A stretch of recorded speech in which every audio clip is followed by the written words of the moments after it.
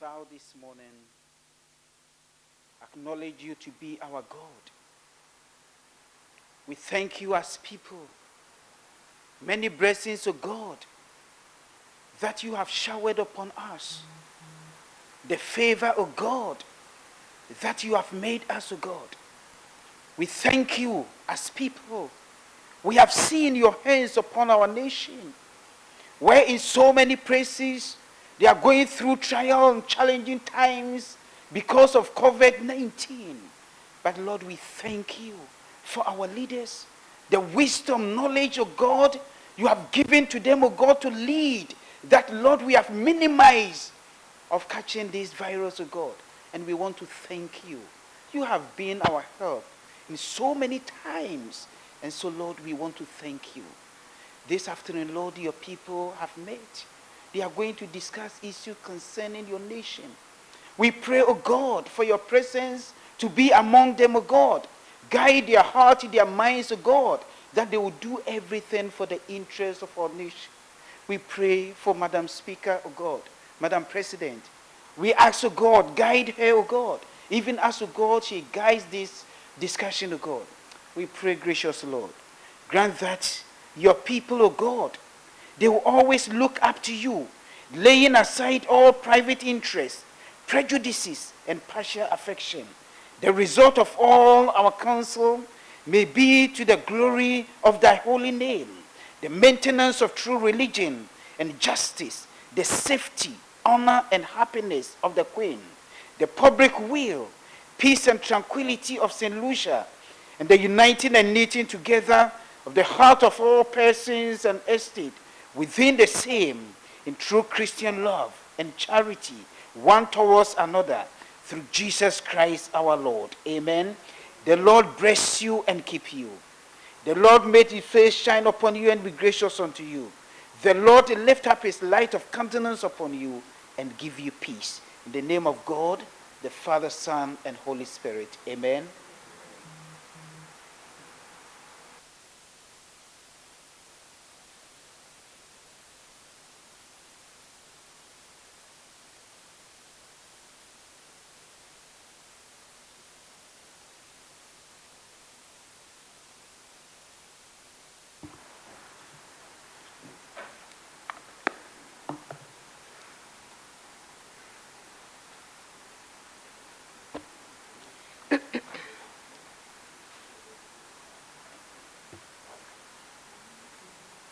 Announcements.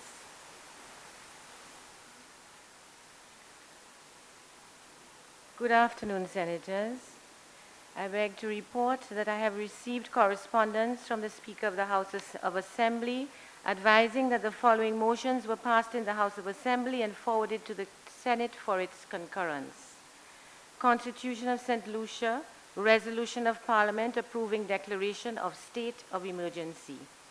Emergency powers, disasters.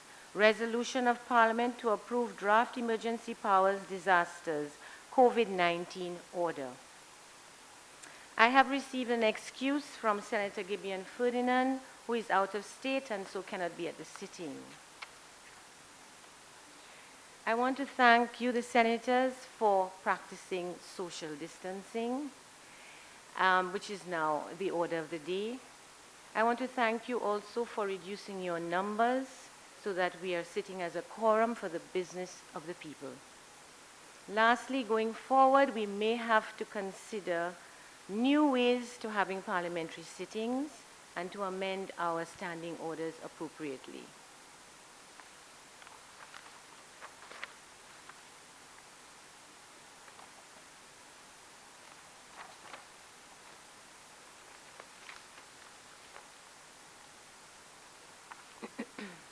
Motions. Statements by ministers. Motions.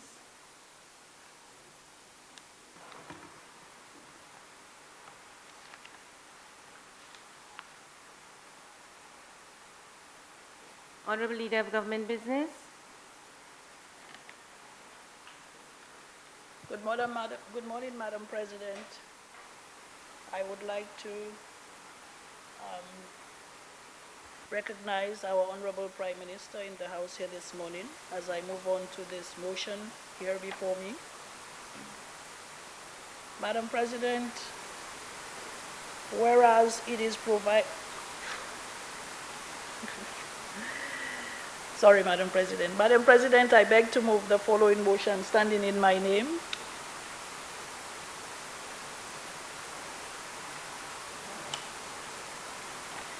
Whereas it is provided by Section 17(1) of the Constitution of Saint Lucia, Cap 101, that the Governor General may, by proclamation which shall be published in the Gazette, declare that a state of emergency exists for the purposes of Chapter 1.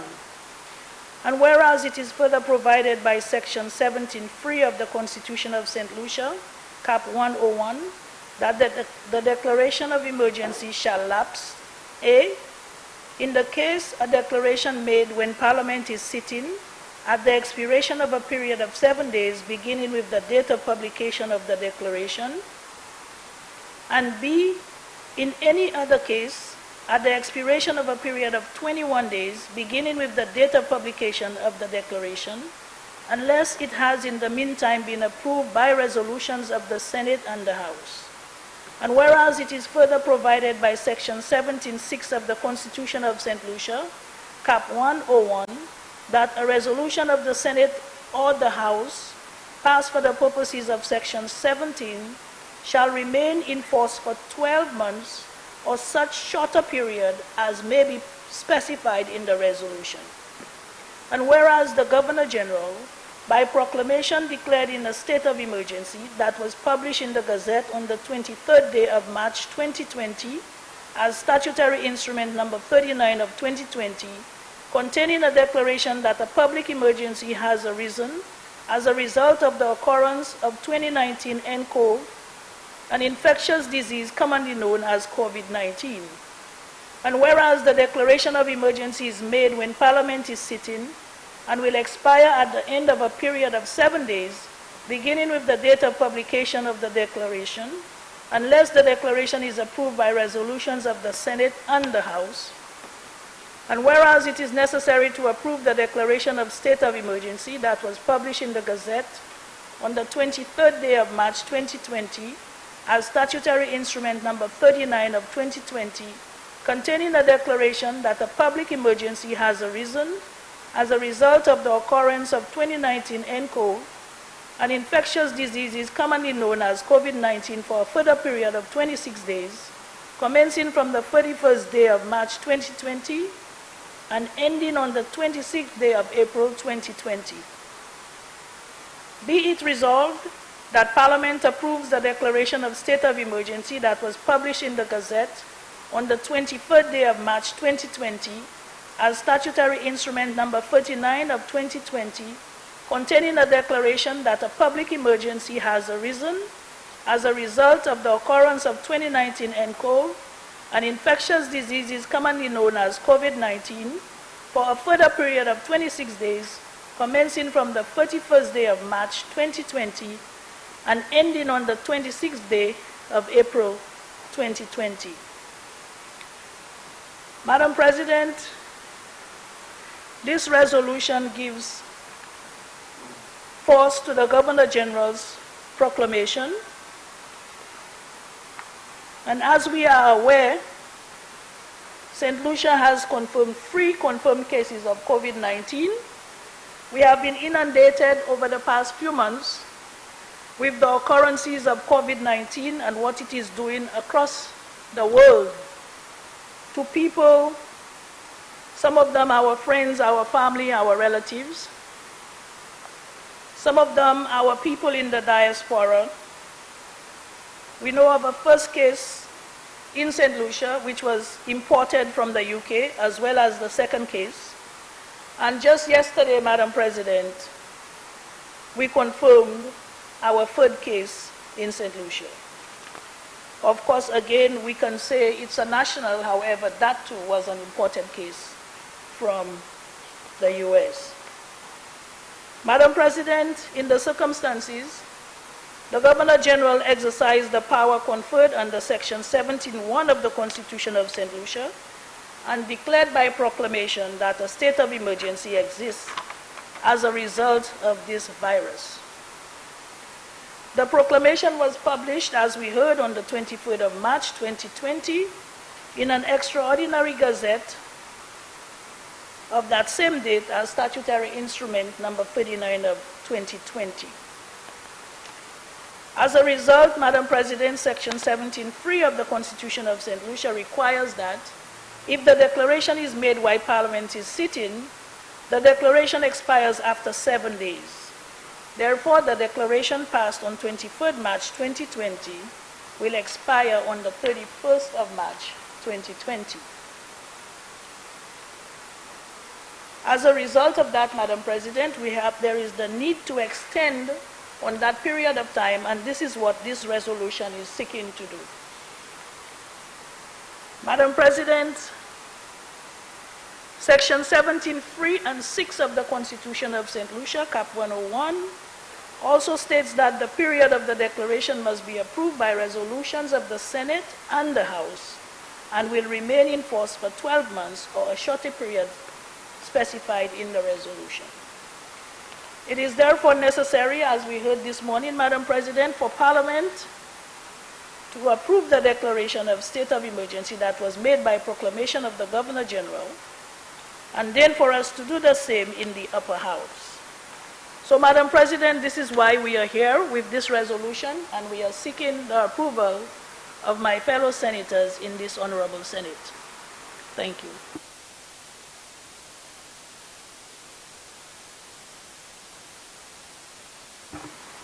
Senators, the question is that Parliament approve the declaration of state of emergency that was published in the Gazette on the 23rd day of March 2020 as statutory instrument number 39 of 2020, containing a declaration that a public emergency has arisen as a result of the occurrence of 2019 nCoV, an infectious disease commonly known as COVID-19, for a further period of 26 days, commencing the 31st day of March 2020 and ending on the 26th day of April 2020.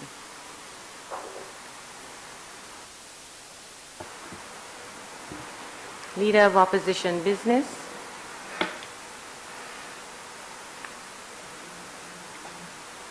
Good morning, Madam President. Good morning, Senators. Madam President, indeed, this afternoon, I think we can agree that we are here because the COVID-19 has invaded our island, Saint Lucia. And of course, as expressed by the Leader of the Opposition in the lower house, we are living in a very difficult, unprecedented, for me it's one of the most emotional, challenging times that we as St. Lucians have to, in our lifetime, have to deal with, or we have to respond to. And as we all grapple with this, with the reality of what COVID-19 is, the reality of what it is to us as a people, the restrictions, the constraints that we need to embark upon, we understand as a government, we have to set a lead example and to create the environment for us to do so in the most civilized way. So this is really a challenging time for all of us.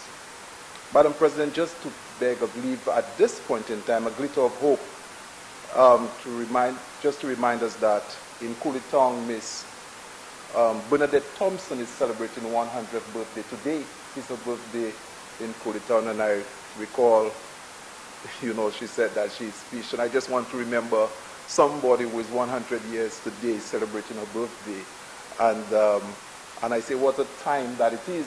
While if you want to say happy birthday to somebody who is senior, 100 years is certainly a milestone, but it is indeed a historical occasion for this Parliament to meet and to discuss or to speak to one of the most challenging times of our time. So Bernadette Thompson in Coolitown, happy birthday. I'll see you later. And also, Madam President, it's just to highlight how challenging our times, or the time is for Saint Lucia. We are aware that the government or police officers are still responding to crimes, and we had a major fire in cul-de-sac where we have a household of 14 persons homeless. And I know this morning that the Ministry of Social Transformation, NEMO, seeking for assistance.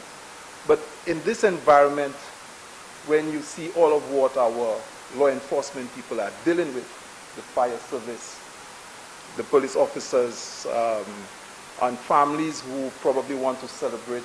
I understand there's a funeral tomorrow where a lady from Bexor, she died, 7 children, 32 grand and 16 great-grand. And I was discussing with them, I asked them who is attending. They said, well, only 10 of them, and they're discussing which 10 should go to the funeral at the Labbe Church coming up. This is a challenging time, and it really transformed what we understand to be our cultural way of doing things, our large gathering.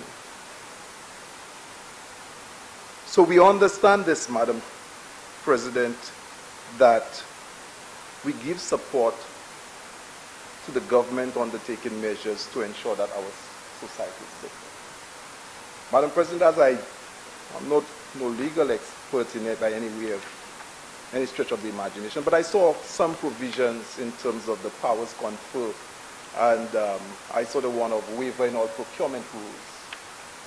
And I was asking myself whether there was, in terms of the powers conferred on the Prime Minister, whether there was need to waiver all procurement rules, because within the existing procurement rules, there's sufficient power conferred on the Minister of Finance to procure goods, services, and works without having to go through the normal tendering.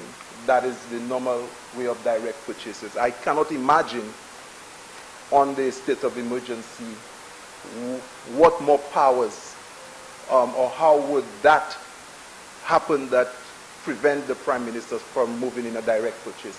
It is the greatest latitude given in the procurement of goods, services, and works is to do it by direct purchase, which already is available under the procurement and store rules or the Finance Act currently. So when I saw the waiver of all procurement rules, I would say that it may not be absolutely necessary. But having said this, Madam President, I mean, there's very little time for us to get everything correct, and therefore within the administering of the rules of government in the atmosphere of a national emergency, I would expect that things would be done in the right manner. Madam President, I just need to speak and mention it in terms of how the opposition view the vulnerabilities of our people. And I just need to highlight the police officers and medical professionals who are this time at the front line, as we say, dealing with the issue of COVID-19 in a state of an emergency. And I ask, and I know the Prime Minister is in the chamber, I give thought to ask, I understand, and I did my research, that for those persons with medical insurance do provide coverage for a pandemic. And of course, the usual processing of persons' medical insurance would come into force. Life insurance policy as well, but not everybody do have life insurance policies. And I was asking myself, if, God forbid, those frontline police officers were to lose their life as they go about doing that kind of work, what would become of the dependents, like the children, young children, if they do? I asked myself that question, and as we move into a state of emergency, I would wish to hear maybe from the Minister of National Security and the Minister of Health, have we given consideration to our medical professionals, our firemen, our police officers with dependents without life insurance? What could happen to their dependents if they were to lose their life as they go about doing this work? Because On the international scene, I'm aware of medical professionals who have become inflicted by the same virus. I think I've heard of one of doctors, medical professionals who have lost their lives so far as it relates to COVID-19, and they are at the front fighting. So I just gave thought to this. But generally, Madam President, the opposition really wants to give the latitude to the government, and we are asking that everybody cooperate with what we're doing at this time. We need total cooperation. We need everybody to be on board. The government certainly has a major role to play. And I do think of the challenges for any government at this time, because this is unprecedented. Nobody ever thought or could have imagined that we today had to deal with such a thing. But this thing just came upon us in the worst way. Madam President, I think of cancer patients, the patients who have undergo chemotherapy, radiation, whose immune system has been severely compromised. You know, I give thought to them, persons who have been diagnosed with major illnesses at this point in time. I give thought to them as well. And we are thinking as to, you know, what risk what are the risks? The bedridden persons who are nursing their strokes and what have you, and who are very much immobile, and persons are providing support to them, whether they through the NICE program or what have you, their vulnerability comes to mind. Sick persons, Madam President, and of course, a number of other persons who are in the city who rely on being fed by the church, our homeless people. You know, I think of what would happen to them because their daily meals come from the benevolence of organizations, and they queue up in large group of probably on Brazil Street to get a meal, you know. And other parts of Saint Lucia, those persons, I think of what would become of them and how do we continue to make a meal available to them. These are challenging times for the government, but the well-being of every Saint Lucian is important. And, Madam President, there are a number of families who are unable to feed themselves on a daily basis, and they do what they call a hustle. On a daily basis, they plow their get around supermarkets or do something so that they could feed themselves. By some of the state of emergency, those persons, the ability to do that could be hampered, but they still need to eat and drink. So, and I give thought as to what happened to them, how do they continue trying to get a daily meal, and the means of doing so is not possible in this environment. So, Madam President, the difficulties for any government at this point in time is mammoth when you consider everything we have to deal with. In fact, some of the problems we had before, they have not gone away, and they are not replaced by COVID-19. COVID-19 is an addition to the government to all what we had to deal with before. You know, and it is sad sometimes when you hear of the criminal activities taking place. I am not one who would be here and say, ask criminals to give us a break, because we should not have criminal activities at all. But when we imagine that we need to practice social distancing, the police need to monitor our oceans to see who are coming in illegally, and then some Saint Lucians want to use this opportunity to give further problems within our society. It is indeed a mammoth task. And I do ask God to protect our police officers as they go about their work. But certainly it is challenging. But there's another side to it, Madam President, and as I'm concerned. There are times when persons perceive there to be power in the case of emergency. I'm asking that our police officers adopt a posture that is consistent with where we are, because even ordinary Saint Lucians will not, it's difficult for them to relate to even being quarantined. Some of them, it's difficult for them to know that they cannot do things as they used to. I wouldn't want to see an environment where our police officers lose control and start approaching our citizens as if they were criminals. So I'm asking that all of us need to adopt the right posture in this environment. persons who violate in quarantine, I do not view them as criminals. Some people are not well informed, and we continue. The Ministry of Health is doing a fine job, but all of us need to continue to add and see to what extent that we could explain to people. I remember somebody called me from a community and asked me, Koyoka quarantine se munna. The person didn't say quarantine. So people have now even, interpret quarantine in their own way. Koyoka quarantine se munna. Maybe they believe that they go a place where they counting people, and then I had to qualify. So we do have our people who do not all understand English, but we need to continue to, all of us, pass information, communicate to people, explain some of the misinformation, and get people all on board. And I am concerned that our police, as they go out to do their work and they feel the stress and the frustration of this work, I'm asking them not to lose control. It's a time that is challenging for all of us.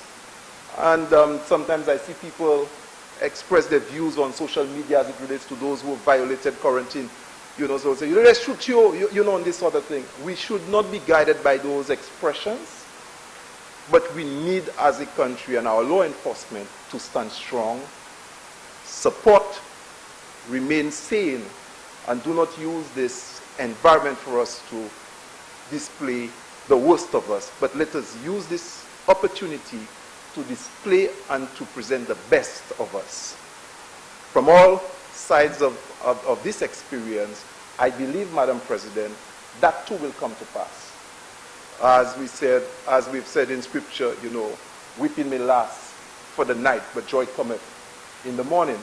I think the morning will come for Saint Lucia when COVID-19 will be history, and I think we could go on our normal business. Thank you very much.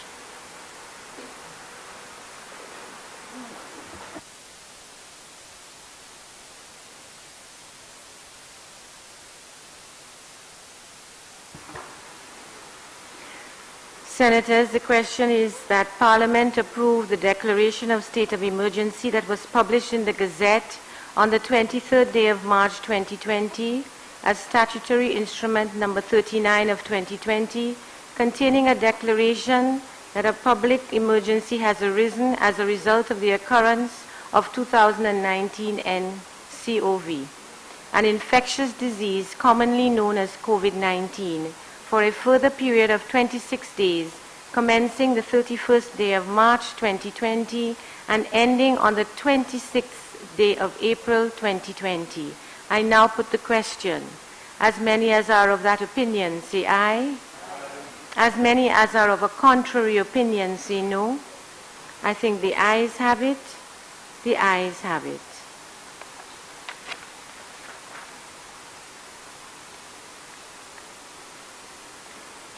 Motion. Honorable Leader of Government Business. Madam President, I beg to move the following motion standing in my name.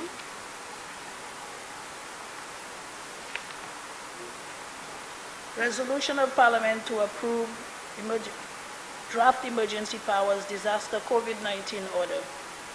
Whereas under Section 3.1 of the Emergency Powers Disaster Act, Cap 1407, the Act, it is provided that the Minister responsible for disaster preparedness and prevention may, where the Governor General declares that a state of emergency exists for the purposes of Chapter 1 of the Constitution of Saint Lucia, Cap 101, and so long as the proclamation is in force, make orders securing the essentials of life to the community and for the preservation of health, welfare, and safety of the public. And whereas it is further provided under Section 3.2 of the Act that orders made under Section 3 of the Act may, without prejudice to the generality of the power conferred, provide A, for the requisition of all forms of transport and communications, B, for requisitioning and regulating the supply and distribution of food, clothing, water, fuel, light, and other necessities of life, and for fixing maximum wholesale and retail prices in respect thereof. C, for the requisitioning of private lands, buildings, and premises. D, for conferring on any person the right of entry on or passage through or over a private lands, buildings or premises.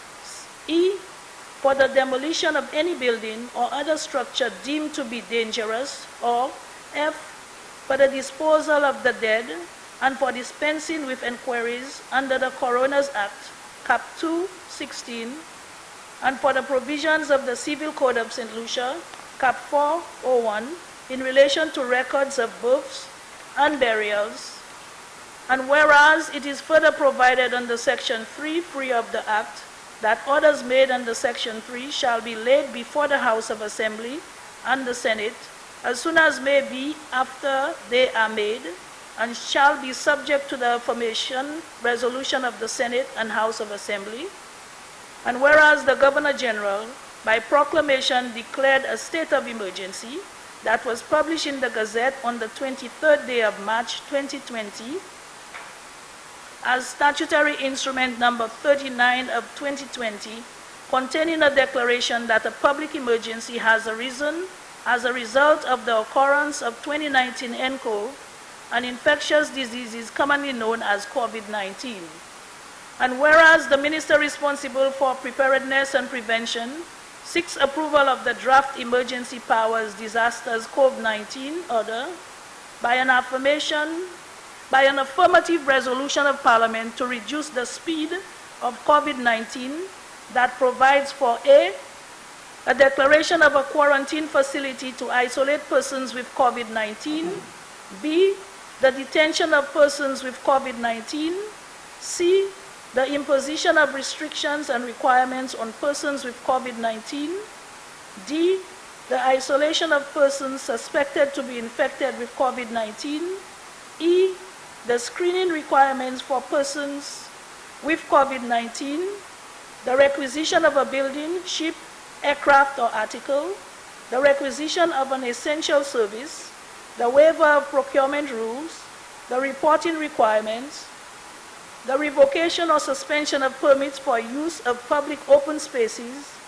the prohibition of assembly of persons, the imposition of social distancing or isolation, M, the imposition of a curfew, N, the restriction of access to an area, O, the power to stop, detain, and arrest a person, P, the prohibition of false statements, and Q, the authorization for international or regional forces.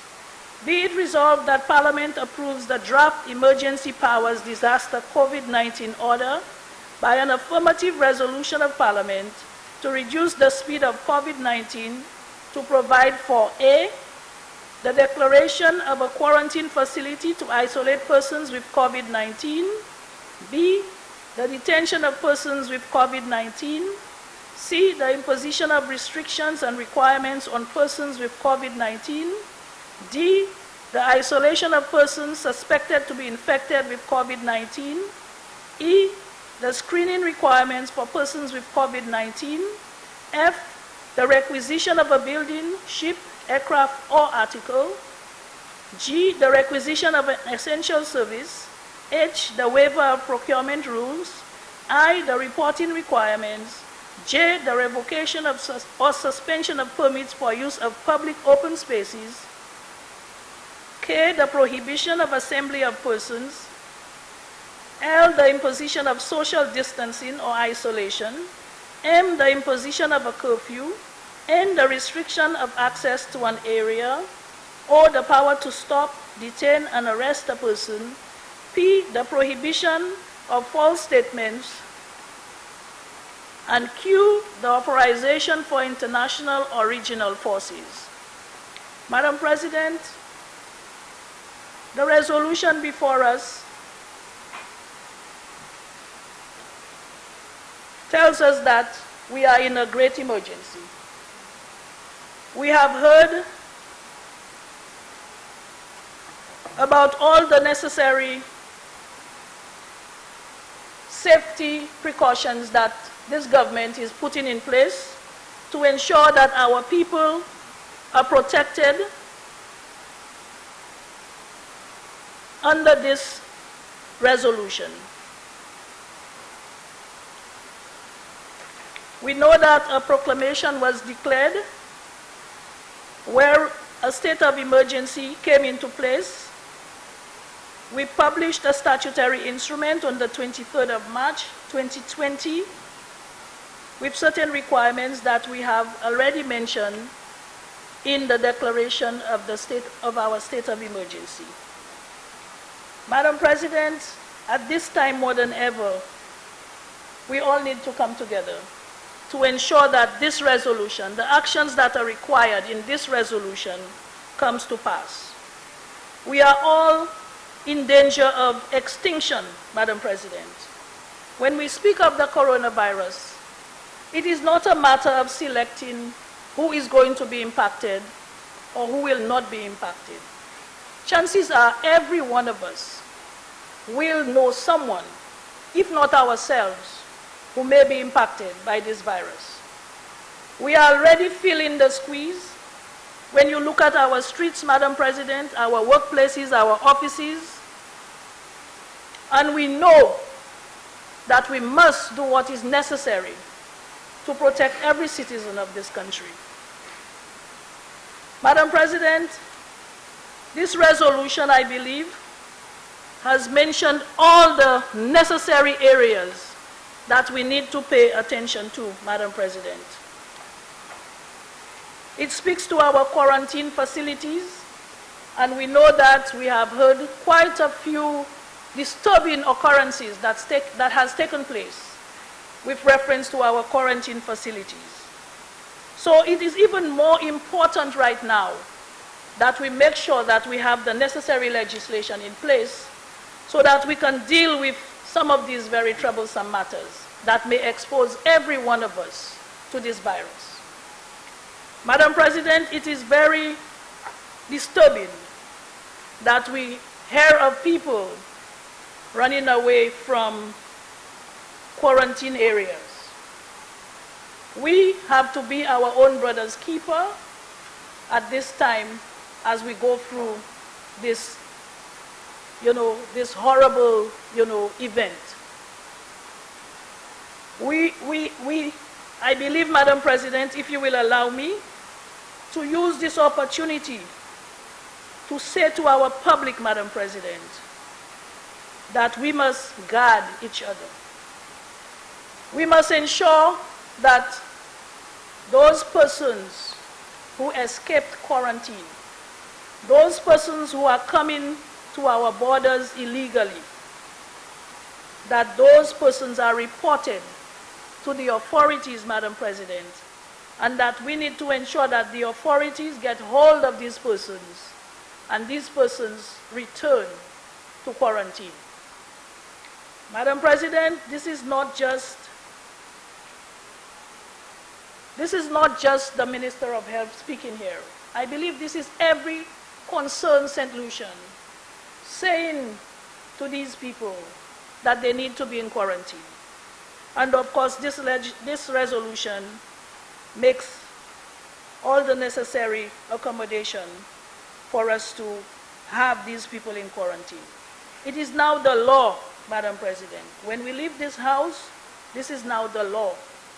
And of course, I will leave it to Minister of Homeland National Security to reiterate and emphasize how important this is. We have people in quarantine, Madam President, and it is not for us to be afraid of people in quarantine. Madam President, we know the structure of this virus to date.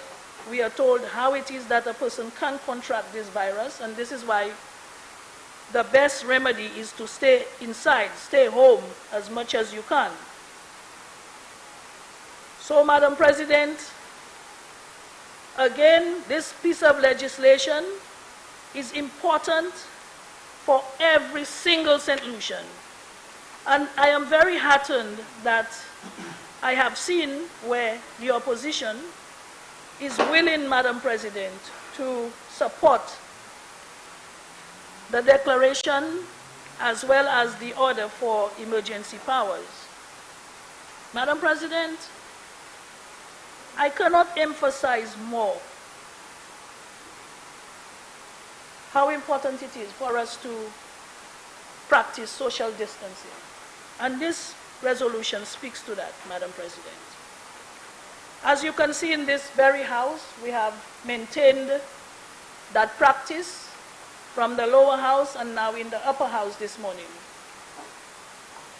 And we need our entire population to continue to practice social distancing. It is not something that is going to come easy, Madam President, because we are people that like to express a lot of love and affection for each other. And I know that maybe that is why it has spread so badly in countries like Italy, where people are always hugging and kissing and so on. But we in Saint Lucia, we must start to understand why it is that we must practice social distancing. Madam President, it also speaks about the curfew. And of course, we must appreciate that while that may restrict the movement of certain people, maybe it's just for a little while, we are hoping.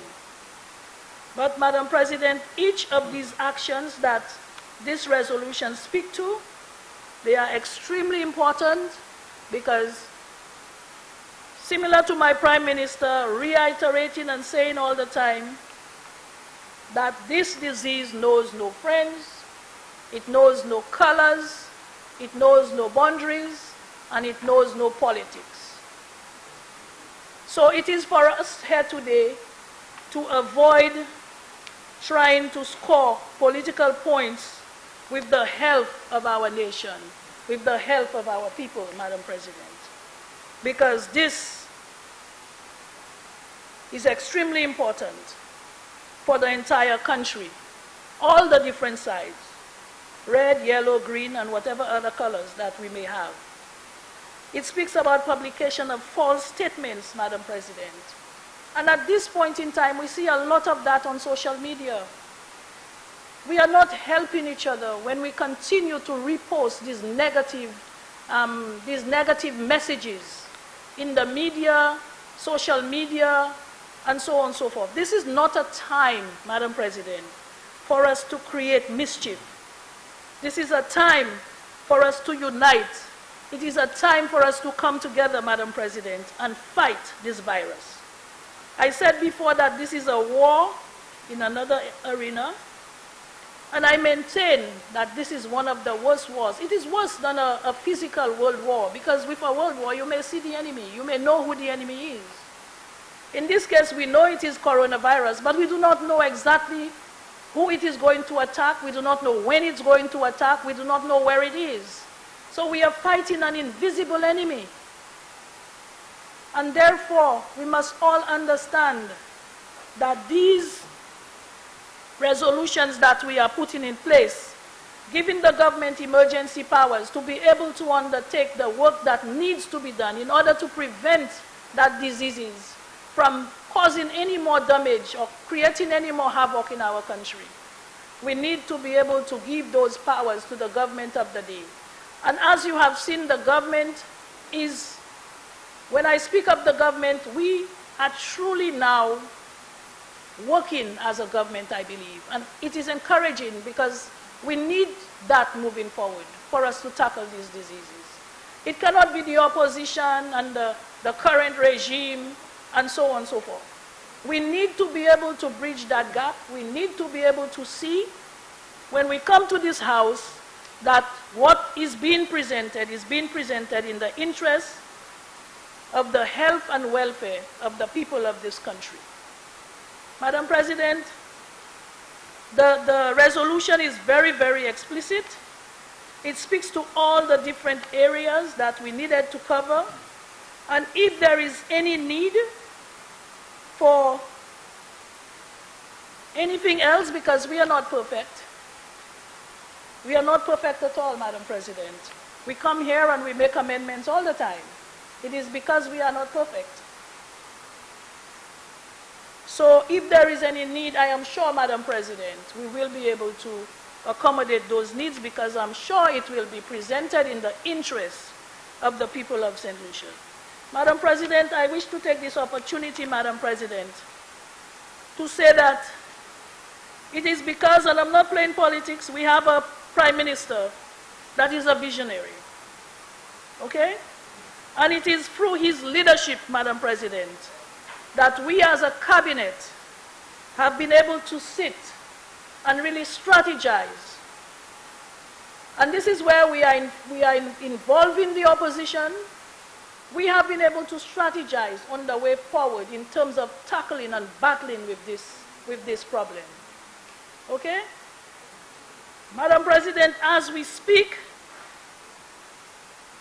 I got a message from the ambassador, from the Cuban ambassador here in Saint Lucia. And if you do not mind, Madam President, if you will just spare me the latitude to just go ahead, Madam President. Yeah. And just read it, Madam President, if you will permit me. Because at times like that, Madam President, these things can bring tears to your eyes. Madam President, the response goes like this. The embassy, thank you, Madam President, for allowing me to do this. I know that this is a lot of latitude that you are granting to us here today. It says the Embassy of the Republic of Cuba presents its compliments to the Honorable Ministry for Finance, Economic Growth, Job Creation, External Affairs, and Public Service of St. Lucia, Department of External Affairs, on the occasion of referring to the St. Lucia request of the Cuban health professionals to assist in fighting the coronavirus pandemic. The embassy would like to inform that from the same beginning, the Cuban authorities of the Ministry of Health have worked intensively and have made a great effort amid the difficulties that this coronavirus scenario has imposed on us.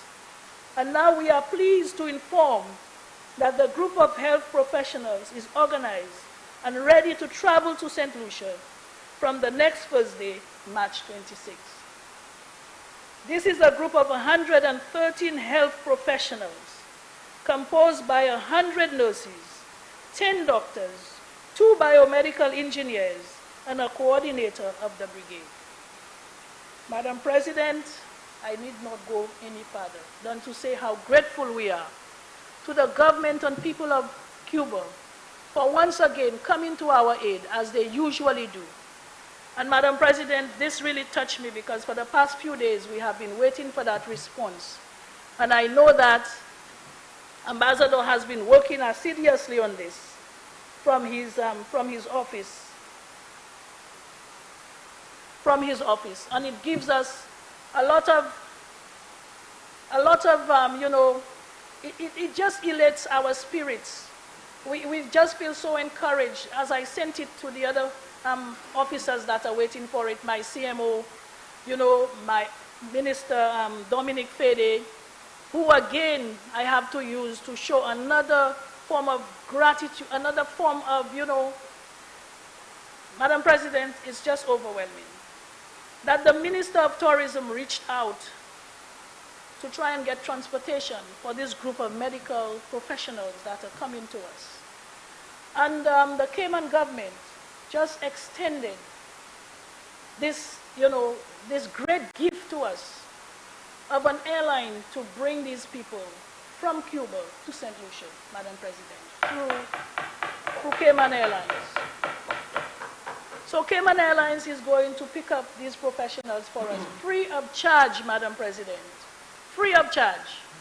And what we were told is, at this time, fighting this virus, St. Lucia, you are our brother, you are our sister. We are all in this together. This is what we were told by the Cayman government. We are all in this together. So you see again, our theme, all in, is so appropriate. Every St. Lucian has to be in this. All of us. And it cannot be about politics at this time. So maybe there is one good thing about this virus, that it is bringing a lot of people together. Even the downtime that we are asking and saying, stay home and reflect. Stay home and think of all the different reasons why you need to pray. Because believe you me, Madam President, at this time, we will need every prayer in the Bible to get us through this, Madam President. So, Madam President, as I conclude, I want to again reassure this Honorable House that we We tried our best. The workers at the drafting office, the legal drafters, they tried their best, I know, to come up with these pieces of legislation, with these resolutions, so that we can put our country in the place that it should be, given that we are dealing with this crisis right now, Madam President. So I'm saying there may be shortcomings, there may be shortfalls. I don't expect much, but like I said, they were in a rush. They were under a lot of pressure, like everybody else. Madam President, I want to take this opportunity again, if you will allow me, to thank our frontline workers. The workers at the Ministry of Health, they are stretched, Madam President. I feel their pain, but I know they are encouraged, they have the strength to keep going, and they have told me that, they tell me all the time, they're okay. They are okay, and they will continue to put things in place to ensure that our people are as safe as possible. These people are working night and day, Madam President. Our police officers, our firemen, all our nurses, doctors, everyone has told me they are there, and should there be anything that we need, whenever we want them to work, they are there with us, and they are going to ensure that everything they can do is done. All the people who are reaching out to us, Madam President, I want to take this opportunity to say thanks to them very much. The Honorable Prime Minister, my cabinet of ministers, I thank them for understanding the health needs of this nation. I want to thank the opposition for coming on board, Madam President, and let us all get together, keep the unity going so that we can protect this country, Madam President, because this coronavirus is nothing easy. I thank you.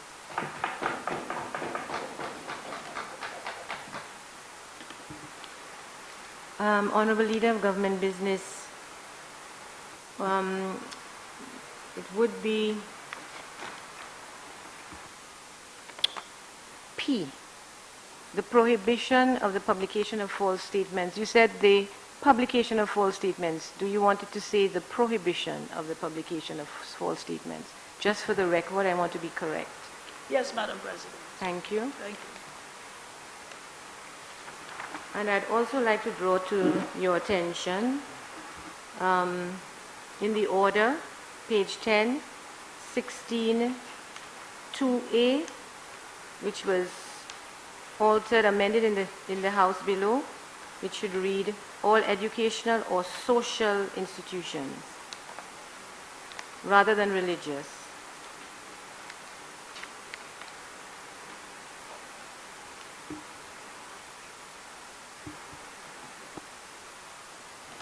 Thank you, Madam President.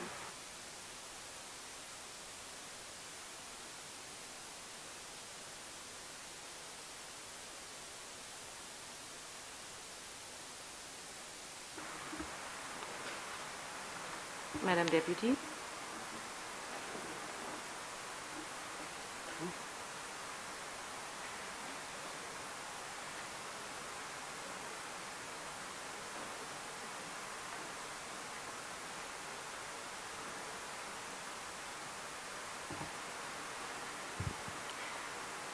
Senators, the question is that Parliament approve the draft Emergency Powers Disasters COVID-19 order by an affirmative resolution of Parliament to reduce the spread of COVID-19, to provide for A, the declaration of a quarantine facility to isolate persons with COVID-19, B, the detention of persons with COVID-19, C, the imposition of restrictions and requirements on persons with COVID-19, D, the isolation of persons suspected to be infected with COVID-19, E, the screening requirements for persons with COVID-19, F, the requisition of a building, ship, aircraft, or article, G, the requisition of an essential service, H, the waiver of procurement rules, I, the reporting requirements, J, the revocation or suspension of permits for use of public open spaces, K, the prohibition of assembly of persons, L, the imposition of social distancing or isolation, M, the imposition of a curfew, N, the restriction of access of an area, O, the power to stop, detain, and arrest a person. P, the prohibition of the publication of false statements. And Q, the authorization for international or regional forces. Leader of Opposition Business. Thanks, Madam President. Again, let me add my voice in support of what the sweeping powers that is being conferred on the Prime Minister in this environment, and again to remind us of, I think it is in Luke chapter 12, verse 14, that states, to whom much is given, much is expected. And to highlight the need for us to safeguard, not necessarily from the ministers of government, but persons who may want to abuse such power in this environment. I think as we administer what we're trying to do here, and of course, I think some of it was well articulated by the leader of government business. We want to ensure that there's transparency, great transparency. Madam President, the leader of government business did highlight, of course, the contribution being made by the Cubans and as well as the people from Cayman Islands. Of course, that is welcomed, and I love to hear from the government business as they tell us in such plain and clear way as to how other persons are contributing towards this fight. And it is that transparency that we need to continue with as it relates to a House of Parliament or Senate discussing government business. Madam President, I would also like to echo that we consider sending signals to our people that they can trust what we say, because sometimes what we do or what people see happening speaks louder than our pronouncement in Parliament. So with all good intentions, a lot would have been said here, but just imagine, Madam President, somebody during the course of administering going out there and treat somebody badly and in a way that does not represent the essence of what being discussed. People tend to hear more of that than what is being said here. So our actions need to speak loudly. And for example, Madam President, if we're going to stop construction work going on, I'm saying that government need to lead by example and stop it work as well, because the government engage private contractors in administering of public sector work. So you would not want a situation where somebody, see for example, C.O. Williams is working, but Renault closed down, and the other construction companies have to shut down. The workers are interpreting it completely different to what we are saying and lose trust in us. So we need to ensure, Madam President, that we are transparent, that government set the example, that there's not the perception of abuse of any kind, Madam President. And if there is, that we can clear the air and say that the government is undertaking certain works and need to continue from consistent with our emergency situation, but not the situation where persons are saying C.O. Williams are open implementing government projects and that other contracting firms have asked to close down. That sends the wrong signal. So, Madam President, the opposition is, like you've recognized, is very supportive. But the opposition must also provide a balance and highlight to the government in areas they may not consider because they are the ones implementing. And it should not be seen as politicking. And Madam President, every time I use that term, I ask myself, it's so appropriate to be used, because at this point in time, Madam President, I think we are in a very solemn situation as it relates to what we're discussing. But for me, Madam President, I do not think I've taken lightly any contribution that I've made in this Parliament since the opening of Parliament. I speak from what I believe to be true, and there are times where I could be incorrect and I'm subject to be corrected, but I do not take lightly my contribution in this Parliament. So, not being perfect, every parliament sitting, every bill, everything that we've brought to this house to discuss, it must be taken seriously. But this one involves, is slightly different. It is one where our population is exposed in a way that they have never been before. And also the government is being given the latitude to have such powers that it has not had in the past.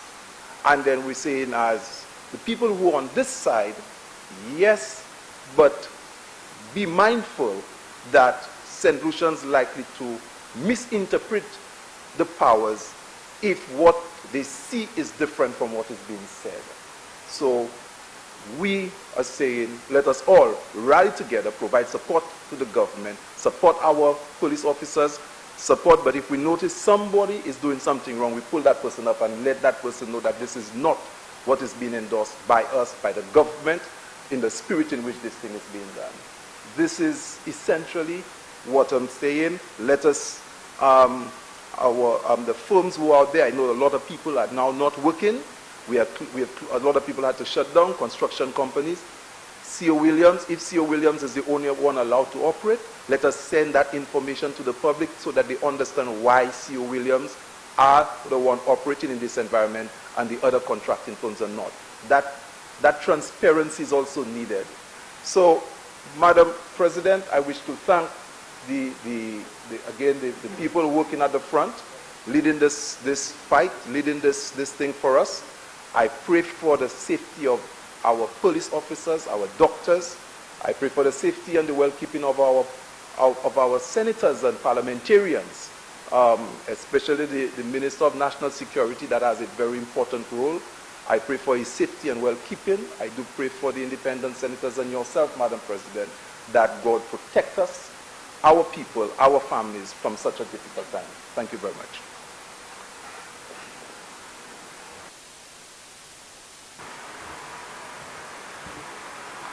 Senator Augier. Thank you, Madam President. A few brief remarks.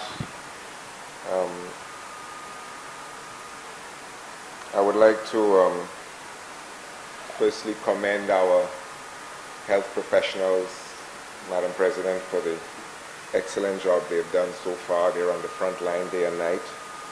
And when I review the WHO statistics for the world and realize that we are at 3 cases, 2 of which have been satisfactorily resolved, and the 3rd, which seems to be from external sources, I think that we seem to be doing reasonably well. And let us hope that the risk of community contagion is not going to be exacerbated at any time, and that if we do discover fresh cases, we continue to be well positioned in terms of our management of those cases. I would like to, partly because it's been mentioned, but also because it is required of us to thank the government and people of Cuba for coming to our assistance. It is interesting that they are sending us people, and I think that's a note that needs to be taken, not dollars or planes or computers or beds. They're sending us people. And in crises like this, this is what it comes down to, the human capacity. Machines can be bought, but training our own people to adjust, to adapt, to accommodate unforeseen crises like this is an investment in our future. So I would like to think that we can learn from the fine example of the government of Cuba. It's one thing they have gotten right, and that's not to take away from their economic or political model, but they certainly have invested in their people. I would like to commend also, and I don't think they've been getting much mention, but our media. We tend to say thanks to our security personnel, that's for obvious reasons, but our media, I think, has been doing a good job as well of getting the information out there and remaining calm and objective, which is very important. Madam President, to the government, I would like to extend my encouragement, and I include in that definition of government, the opposition. The level of open consultation at national level has been, I think, most appropriate. I felt very privileged to attend one of the earliest consultations at Harbour Club two Sundays ago, and the level of discourse there, the availability of objective information, the explanation that was given to a wide cross-section of institutions and persons is admirable, and I would like to hope that we could continue to have such transparency and inclusiveness and maturity in the affairs of our nation after this crisis has passed. That matter having been said, Madam President, before I launch fully into the matter at hand, which is the exceptional powers, could I just mention, with your kind permission, our concern about the economic crisis, which also looms large. We must address the health concerns at first. This is important, but we're also in an economic lockdown, which is going to have huge implications for our small economy. And as we contemplate what we must do to sustain health, we also have to concern ourselves with what we must do to sustain income, because without one, you will not have the other. And also, without giving any license to troublemakers, let us also admit that if we do not attend to income, we will have to attend to issues of national security, which I'm sure also loom large. We've already seen some incidents which I don't even want to glorify by mentioning them here today, but the likelihood that we are sitting on small explosive situations, I'm sure, is paramount in the minds of our security personnel. I am confident, Madam President, that measures are being contemplated to address the economic fallout, and I don't want to dwell too much on this, but I do think that it is very, very important that we meet within the shortest possible time to contemplate economic measures which are as sweeping as the ones we are giving today to the executive to right this situation we find ourselves in. We will need to jumpstart this economy, Madam President, not only to bide us over the next few weeks and months, and in my imagination it's at least 90 days of crisis that we must at the very minimum prepare ourselves for, but we also have to jumpstart the economy after that, which will require some definitive strategy with a time frame which is going to say, okay, we expect to be over by such and such a time. However unpredictable that might be, I think we need a plan. Honorable Leader of Government Business. Just on a point of clarification, Madam President, because Honorable Senator said we need to meet, and I'm not sure who he's referring to when he said we need to meet. Senator Roger. Thank you, Madam President. I say we, meaning the Parliament, the Houses upper and lower. We have set a precedent, I think, of having national discussion and discourse at the highest level in the land regarding the health issues and the implications thereof and the powers that are necessary for us to have a concerted strategy against this evil. And I would like to suggest that we see the same thing when it comes to the economic measures, not only to build consensus, but also to inform the people of our good nation as to what the intentions are. But we will also need, Madam President, in direct response to amend certain legislation. If, for example, we wish to have an intervention by the National Insurance Scheme in support of incomes and wages, we may very well have to amend the NIS Act to allow that to happen. In principle, it is already possible, but for the specific response that we might have to contemplate, I would imagine that we would have to meet and discuss and approve. At any rate, whether it is in the same spirit of national consultation and sharing of information and discussion, I think that the Houses of Parliament should both meet. I trust that answers the question. For this economic recovery, Madam President, we will need pools of resources wherever they exist. And I think that it points to the fact that our fiscal policy has not emphasized national savings, so we have very few reserves, even to deal with the health issues. We're scrambling for resources to finance the most rudimentary additions to our health capacity. And it points to the fact that we are very, very low on savings, and we ought to be at a much higher level in terms of savings to GDP, preferably 10% of public savings, so that we can manage crises like this. The emphasis has been on expenditure, and it puts us at great risk at times like these when we need to find exceptional resources to do exceptional things. So I do hope that the economic package will be sufficiently clear and articulate and strategic to jumpstart the economy. We need to be imaginative.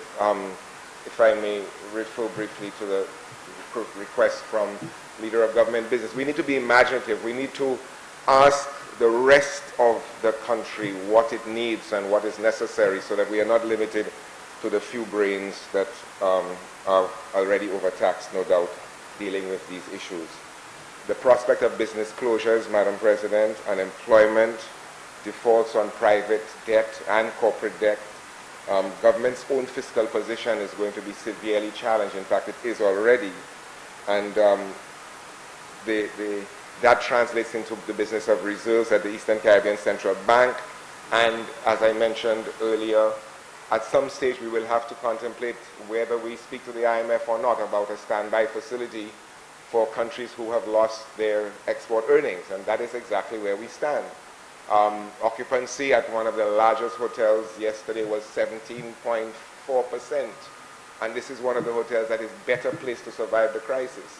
So 17.47% means that the lead industry in the economy is no longer viable. And it points to the fact that we have an economy with a single lead sector, which is not a healthy position to be in. So we also need to discuss economic diversification on a broader level, where agriculture and manufacturing and other sectors, technology, for example, play a role. So, Madam President, thank you for your indulgence. Turning to the matter at hand, the powers which we are about to confer, I think it should be clear to all thinking St. Lucians that these are exceptional times requiring exceptional action. And the exceptional actions are to be taken for the public good, as was hinted by the Leader of Government Business. The powers are being given so that the government can act in the public good, in the public interest, quickly, decisively, and strategically. The powers that we are given, and this is important for the people of St. Lucia, the powers that we are granting here today are normally illegal. They are normally unconstitutional. They are contrary to the normal law of the land, because they infringe on personal rights and freedoms which are otherwise protected in the Constitution.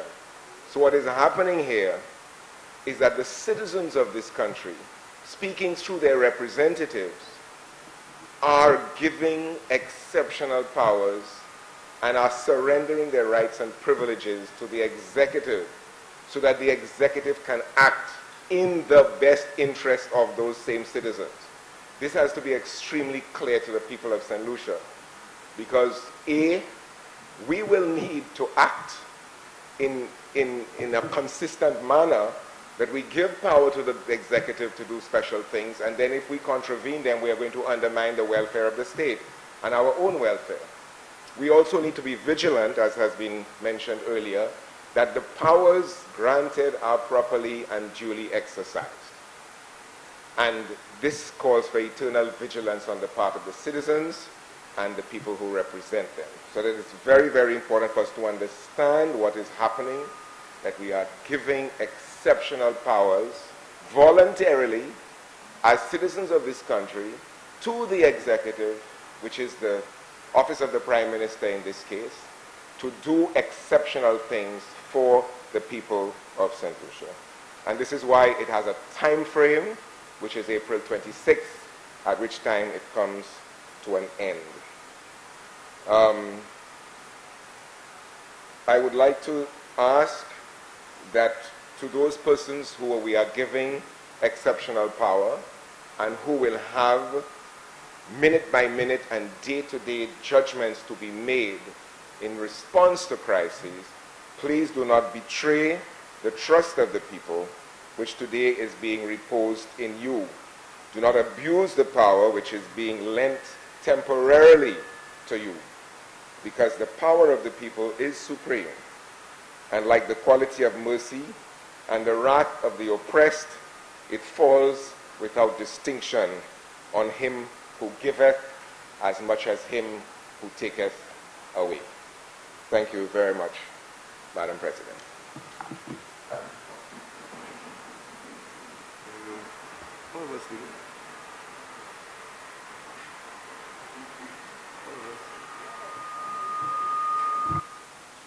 Honorable Minister for Home Affairs, Justice and National Security. Thank you very much, Madam President. Good morning to all, good afternoon, sorry, to all senators. I rise to support the resolutions being tabled there today. I want to speak specifically to the state of emergency.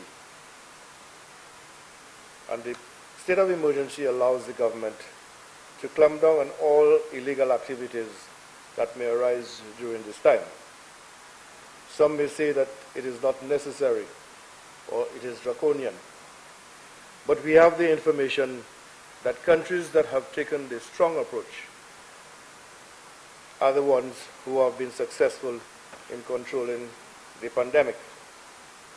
Those who have adopted the soft approach are the ones where they are now scrambling. For example, Italy, Iran, and now the United States of America.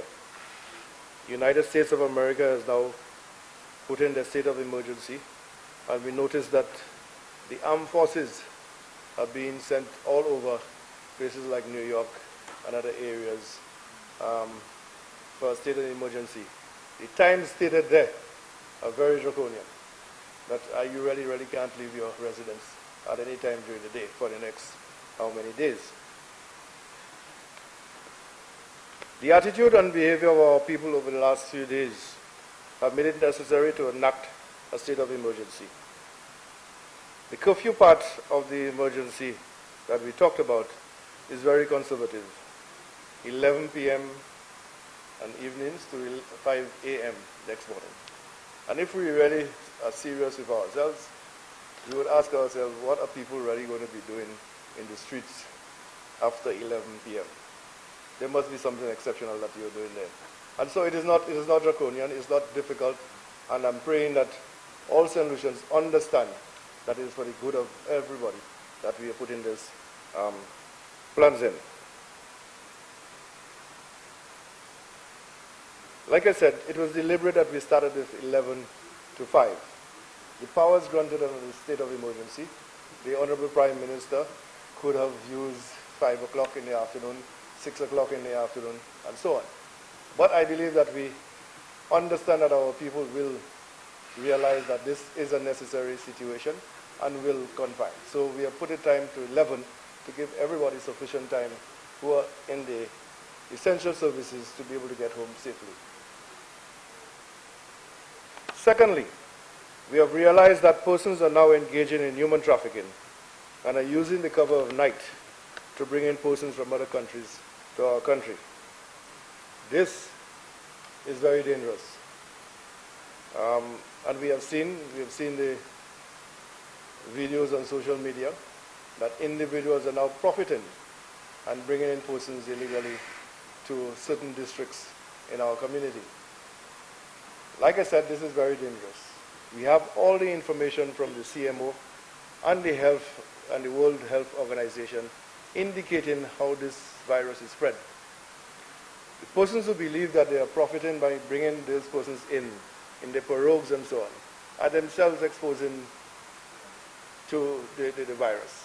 and then you take that virus into your family, and very shortly, we may even have to now quarantine a whole district. That is not necessary, and I think we have to be each other's keeper, and anybody who has the information that this activity is happening, that they should pass the information to the police so that we can act very decisively. The Leader of the Opposition, Honorable Philip J. Pierre, confirmed this morning that the Prime Minister had shared his notes with him beforehand, and some of the senators have made suggestions that this is a very good thing, and I agree that it should have been done. So much so that the Leader of the Opposition actually made certain recommendations as to what was proposed in the original document.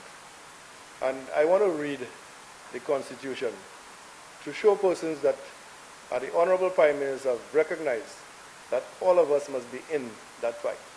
And so he has acceded to the recommendations of the Leader of the Opposition. But I want to show St. Lucians how draconian a state of emergency can be, so that they understand that we are looking at it in a way that we do not want to jeopardize or to penalize anybody, but we want to do it voluntarily. So, Madam President, with your leave, I will want to read sections 14. Protection of persons detained under emergency laws. 15.1. When a person detained by virtue of any such law, as is referred to in section 14 of this Constitution, the following provisions shall apply. That is to say, A, he shall with reasonable promptitude, and in any case not more than 7 days after the commencement of his detention, be informed in a language that he understands, and in detail of the grounds upon which he is detained, and furnish with a written statement in English specifying those grounds in detail. So you see, Madam President, we have up to 7 days. But the Prime Minister understood where the Leader of the Opposition was coming and decided that 3 days, 72 hours would be sufficient. But we go further to show again the nature of this powers. B, not more than 14 days after the commencement of his detention, a notification shall be published in the official gazette stating that he has been detained and given particulars or provisions of the law under which he is detained is authorized. His detention is authorized. Again, we could have gone to 10 days and then make the thing in the gazette. But we know that it is very draconian, and I'm happy that the Prime Minister acceded to the wishes of the Leader of the Opposition. So if any person is arrested under the state of emergency, we will go to the 72 hours that is normally the time that we are given. But it goes further and everything, but I'm not going to. I think everybody understands the kind of power that a state of emergency gives to the police, and how inconvenient it is going to be for somebody who is arrested not adhering to the law. Okay, your vehicle can be impounded, you can be arrested and kept there for a length of time. We also have to recognize that the courts are not functioning. How do I take you before a judge or a magistrate to grant you bail? So you'd have to stay in confinement. And that is very, very, very serious. And I do hope that our St. Lucians understand that and stay away from having the opportunity to be arrested. So I'm saying that, again, that the signal of the Prime Minister is for everybody to work together to make sure that we can deal with the pandemic that we have. We also have to understand that this is a caring government, and as such, the Honorable Prime Minister chose to use our hotels as places of quarantine. And at this juncture, I want to thank the hoteliers for allowing us to use some of their facilities. Under this law, this state of emergency, the Prime Minister could have commanded those hotels and just have to make sure that he pays the compensation and so on. But he hasn't done that, and the hoteliers understood, or in fact they understand the gravity of the situation and have given us the permission to use some of the facilities. Some of the facilities that we have are now filled, and we are looking for more facilities. And I do hope in the spirit of compromise that they continue to assist us in that regard. Other countries have not been so kind to the persons who are returning to their countries. So you'll find in other countries persons are sent to old barracks, police barracks. They're sent to schools. They're sent to old prisons. And just think about it, that you are in a school. You may have to sleep on a makeshift bed. All of you all are in the same area. In our situation, you're at a hotel. You're in your own room. You have your television. You have your air condition. You have everything possible that you can ask for, except maybe the company of your loved ones.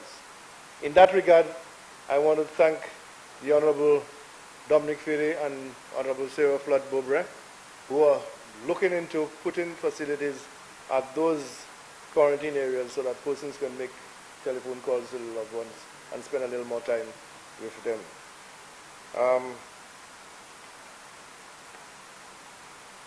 I know my people are resilient people, and they will understand the need for the action taken by the government. We will win this war against COVID-19. We must win this war.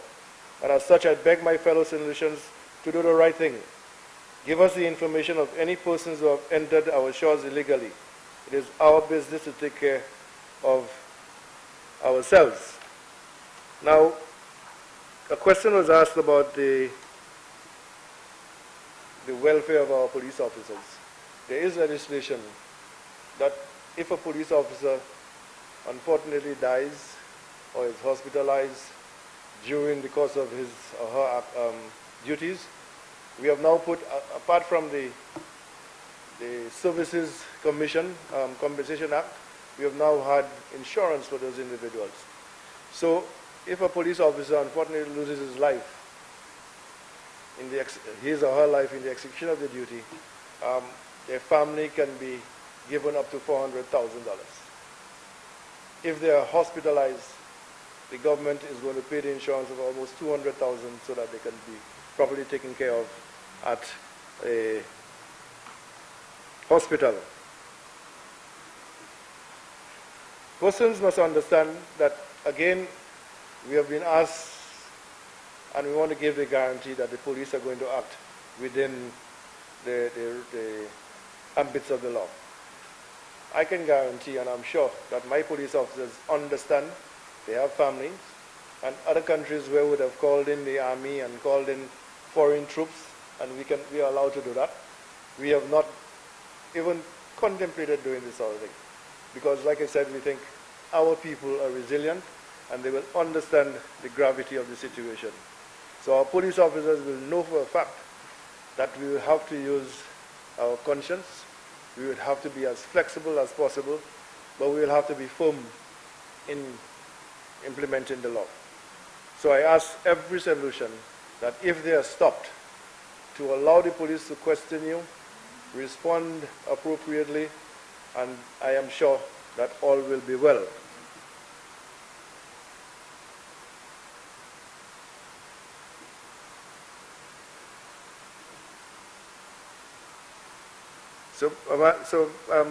Madam President, I just want to talk about the social distancing.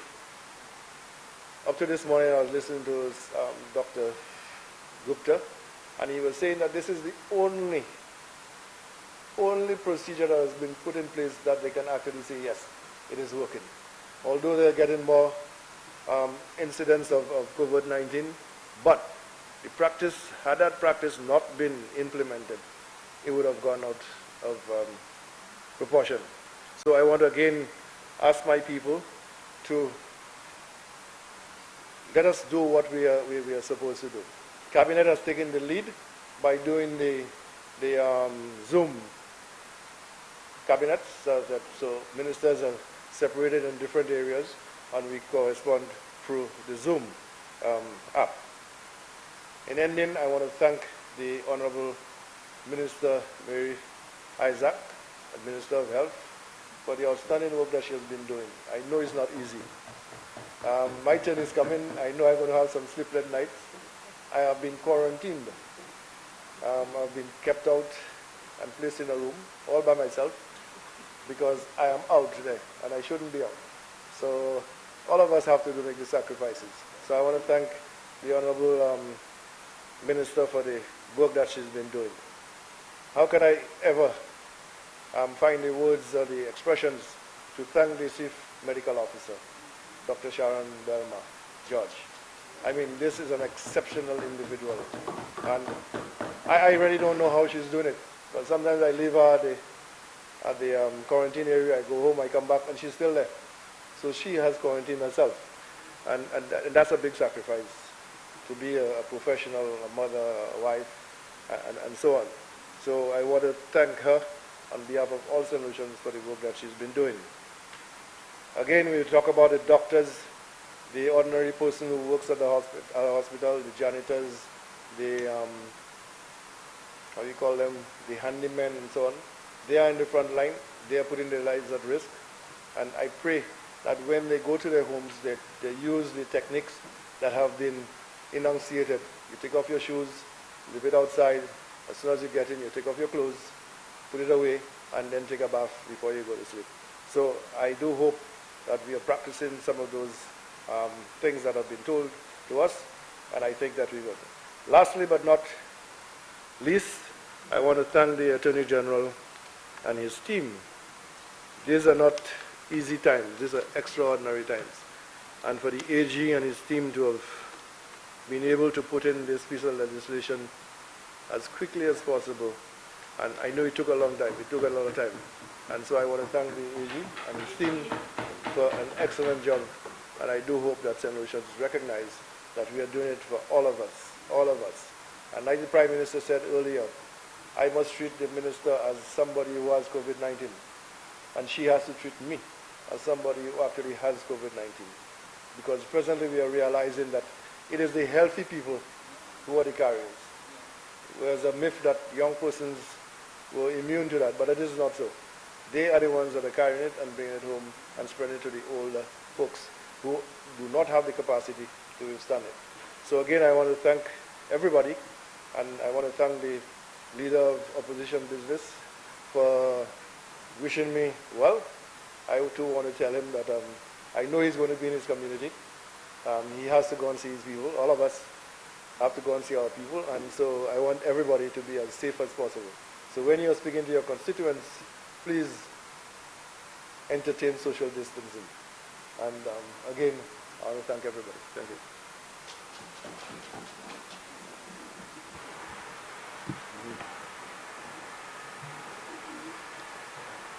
Thank you.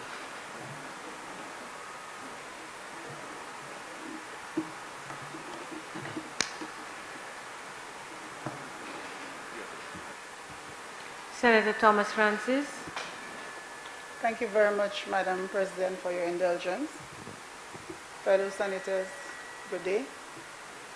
I'd like to especially recognize the presence of the Attorney General in our midst today. Good to have you, sir. Madam President, the crisis which we face, the crisis which the world faces, is unprecedented. Madam President, 9/11, 2008 economic crisis, and the like are pale in comparison to what we are dealing with. Madam President, I'd like to describe what the world is facing as Armageddon. Who would have imagined that a little virus could cause so much disruption in the world in such a short space of time? But indeed it is.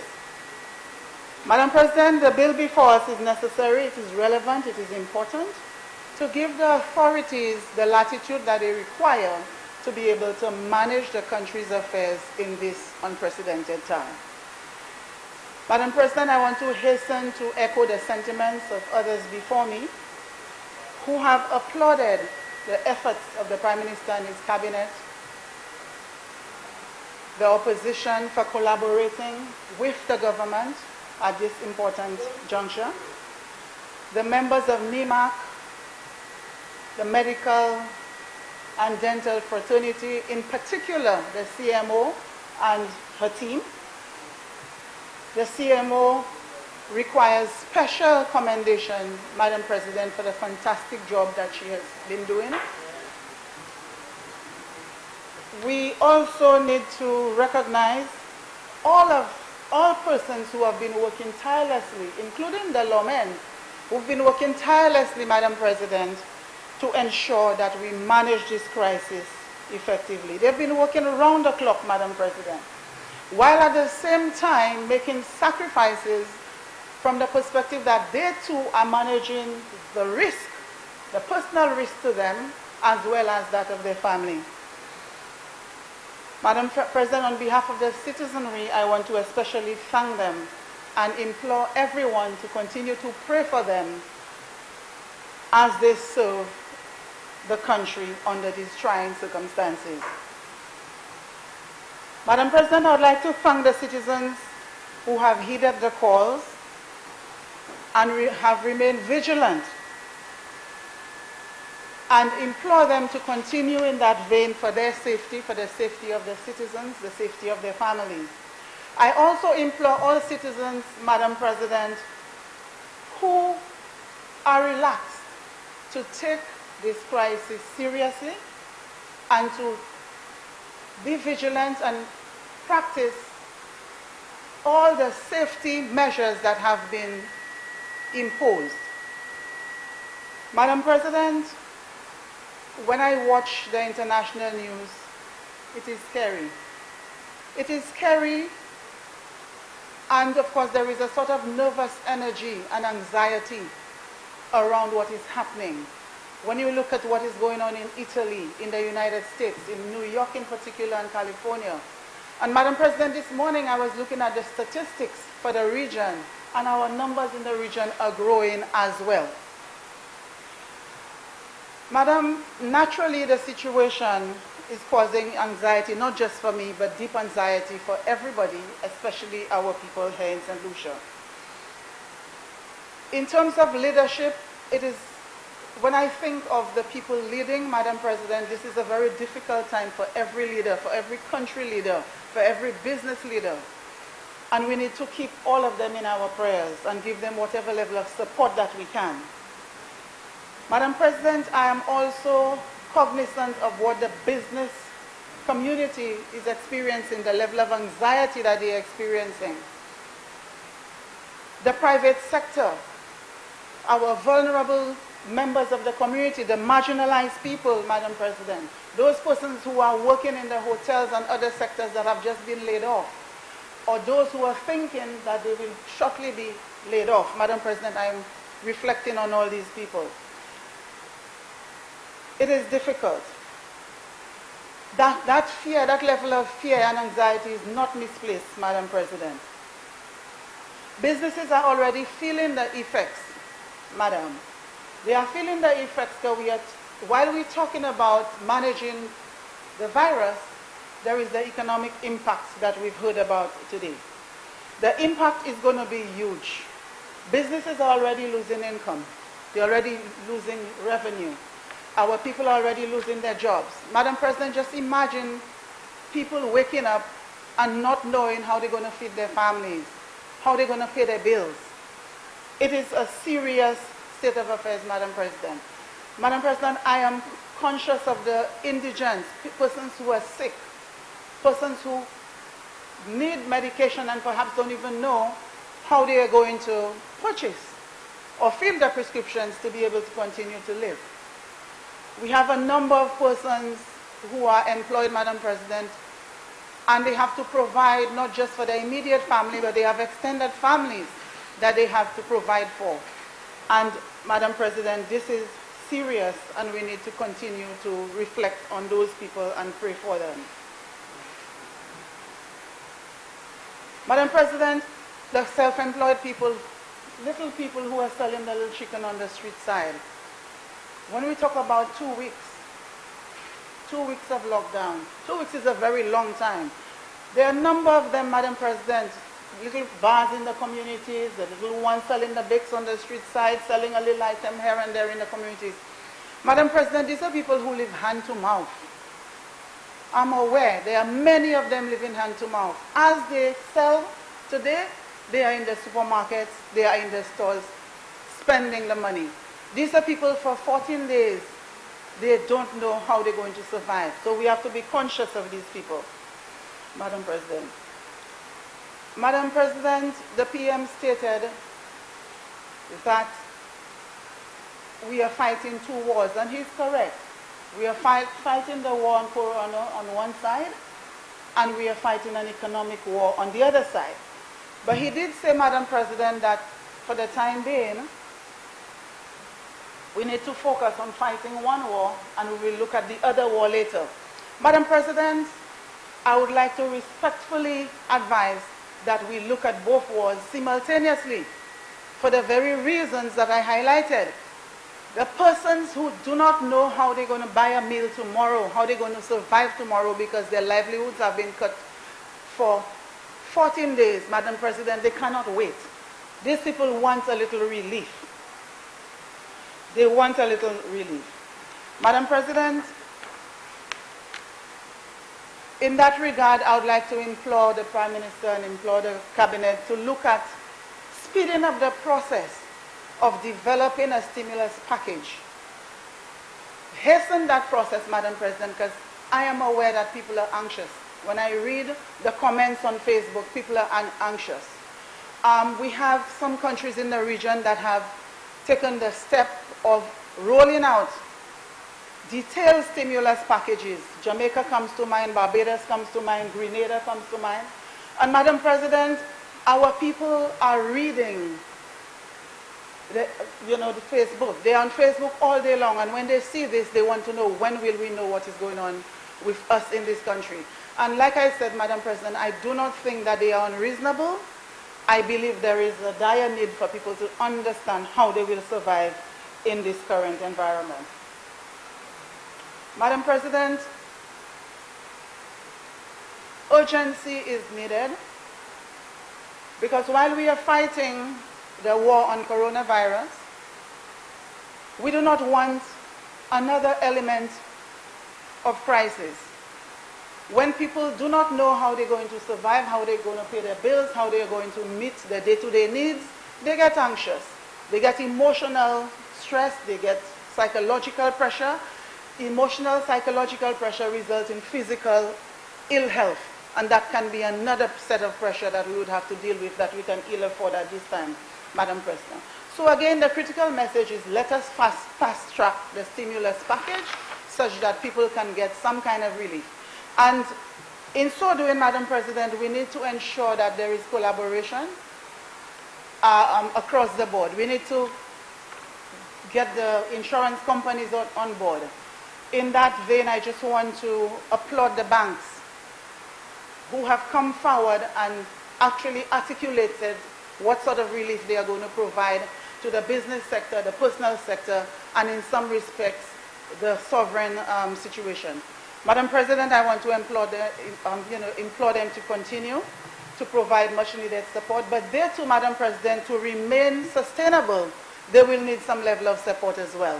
So therefore, the monetary authorities have to come on board. The national insurance must come on board as well. I think one of the members mentioned the national insurance in terms of providing support or unemployment benefits to our citizenry. We also need to ensure that there's collaboration. Government itself must state what sort of relief by way of taxes and levies.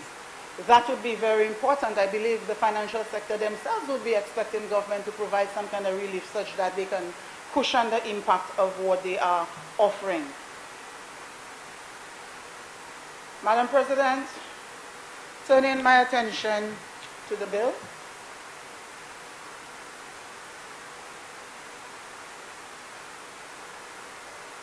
Upon implementation or upon approval and implementation of this bill, Madam President, there will need to be some level of reformation of existing quarantine and public health acts and existing regulations as well.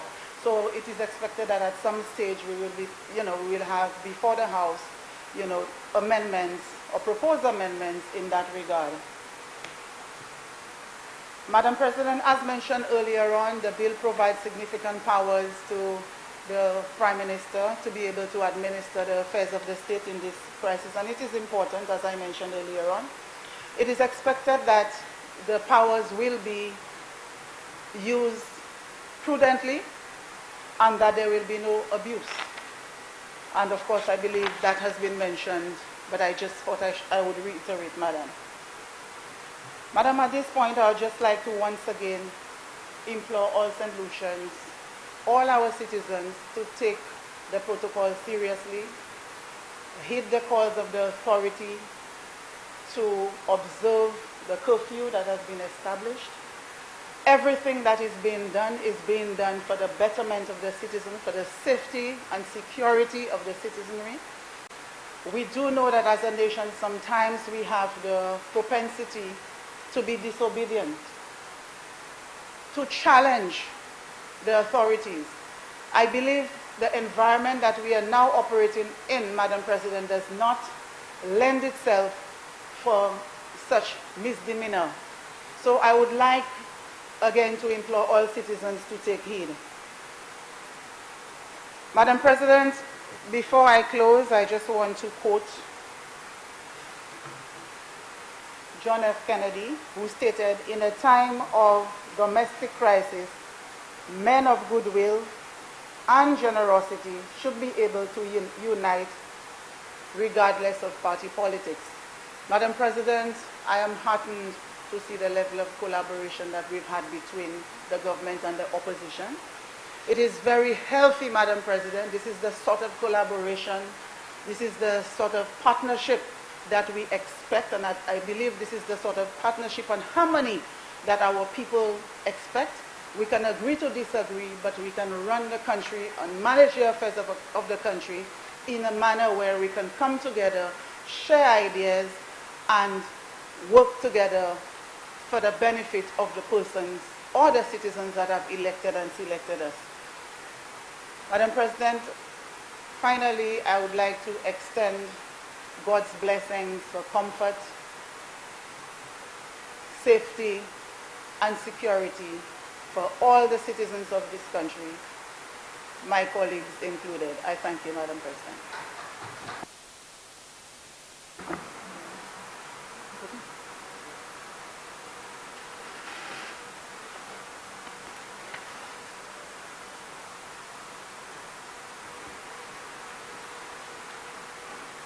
The Honorable Minister in the Ministry of Tourism, Information, Broadcasting, Culture and Creative Industries, responsible for culture and creative industries. Thank you very much, Madam President. Madam President, I just want to echo the sentiments of my colleagues here with respect to the motion before us, or the bill before us. And note that this COVID-19 is perhaps the most devastating menace that we've had in our lifetime, at least for me, as a Saint Lucian. And because we are Saint Lucians at heart, and I think we heard from all sides this morning, because we are Saint Lucians at heart, it was easy for us to come together for the passage, of this bill, of this motion. And I really want to assure St. Lucians that we are part of a team that is committed to the welfare and well-being of the people of this country. We have a leader in the person of the Prime Minister, Alan Michael Chasney, who is committed to engagement and dialogue and involvement of all stakeholders where it matters most. You understand? And I think what we're seeing here is evidence of the type of leadership that we have in the country. And I really want to celebrate my Prime Minister and Madam Minister of Health. We celebrate you too, because this could not have been the worst time for something like that to befall us. But your capable leadership and the leadership that you're offering your team and your CMO has really raised the confidence level of our people in our ability as a government to do this. And so we want to commend you and your team for the great work that you've been doing. And of course, my colleague, Minister for National Security, your job has just begun with the passage of this, piece of legislation. But we know that you have a capable team, and we know that your heart is in the right place. And we know that that information will be filtered through the members, of your team. So, Madam President, I just want to say that we have a compassionate government. And I listened to the independent senator talking about the economic plight of some persons in our society, those persons who would be falling by the wayside as a result of this. And I want to assure her that the Prime Minister of this country has committed, you understand, to engage in the preparation of a stimulus package that will take care of those persons who, you know, fall by the wayside as a result of this crisis. So let not your heart be troubled. You know, he believed in God and, of course, believe also in the United Workers' Party government. We also want to, I also want Madam Chair, Madam President, to note that the majority of our citizens are law-abiding citizens. And if you look across the country, you'd have seen the response, you know, to the declarations that have been made previously. And we want to urge Saint Lucians to continue in that vein. There are those who will naturally want to be mischievous, but I think that is why we've instituted the laws to ensure that the police, who are our guardians really, would take care, you know, of those naughty people. But we encourage our families to abide by the rules. There'll be new modus operandi within the homes. Even in our homes now, you know, when our children come in, when my son comes in, you know, we ask him to undress from very early because you have no idea, you know, where he's coming from. And so it's important for us to institute the new measures, but I think we have a culture of adaptation as Saint Lucians, and it should be very easy, you know, for us to make that transition, you know, as citizens who are committed to our society. I just want to also laud the efforts of the number of organizations that continue to give this country hope. Organizations, sports organizations, who responded, you know, to the call for social distancing at this point in time. In the wake of course, the Olympic Games now being rescheduled, we recognize that the hopes of many young people are dashed as a result of this, because they were working hard to ensure that they qualify to realize their dream of winning a gold medal. But you know what? All is not lost. This is not the first time it's happening in the history of our world. And so we will come back. We are human beings. We are resilient people. And as Saint Lucians too, I think we'll stand tall and rise to the challenge of making this perhaps one of the best managed countries with respect to our healthcare in the future, and also in terms of managing the COVID virus 2019.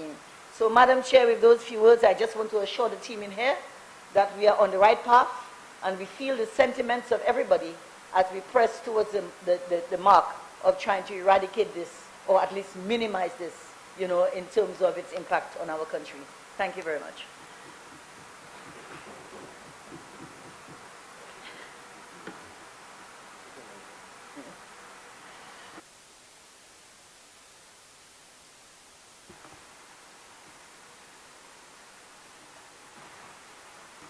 Honorable Leader of Government Business. Thank you, Madam President. I rise just to try to answer a few queries that came out of my other fellow senators, Madam President. Senator, Leader of Opposition Business was querying about construction and so on. What I know that we have put in place, Madam President, is for critical public sector projects to continue, such as St. Jude Hospital, because you recognize that St. Jude Hospital may well be necessary for us to, in our combat of the coronavirus, we would be able to use it right now if it was available, but it may well be able to add or complement our healthcare sector, you know, as we move forward. So it is a project that we do not want to stop, although we have the social distancing going on, and we were assured that such projects, in most cases, the people do not necessarily have to come together to accomplish the different tasks that has to be done.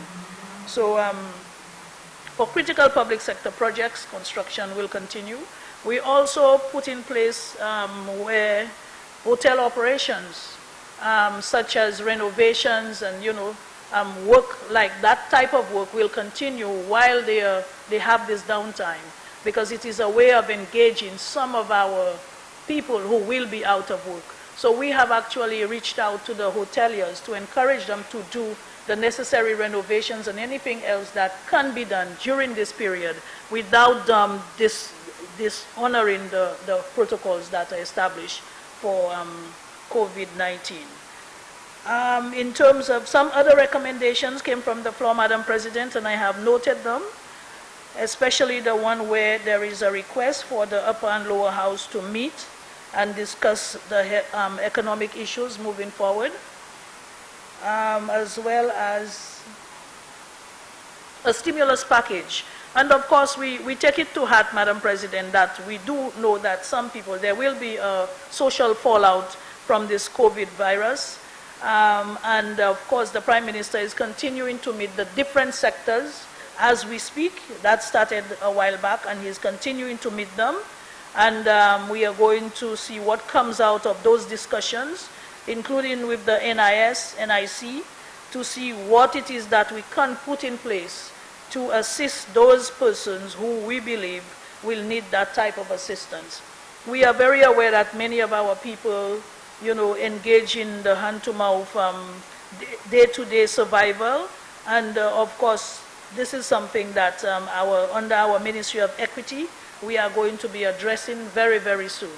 So you can look out for these different types of stimulus packages coming out from government. And of course, government is always going to reach out to the opposition on these social issues before we conclude and present them to the public. So this is what is happening right now, Madam President. And I wish to also say that I want to thank the opposition senators who are here, the independent senators, for all their contributions. And I present this resolution, Madam President, to this Honorable Senate. Thank you.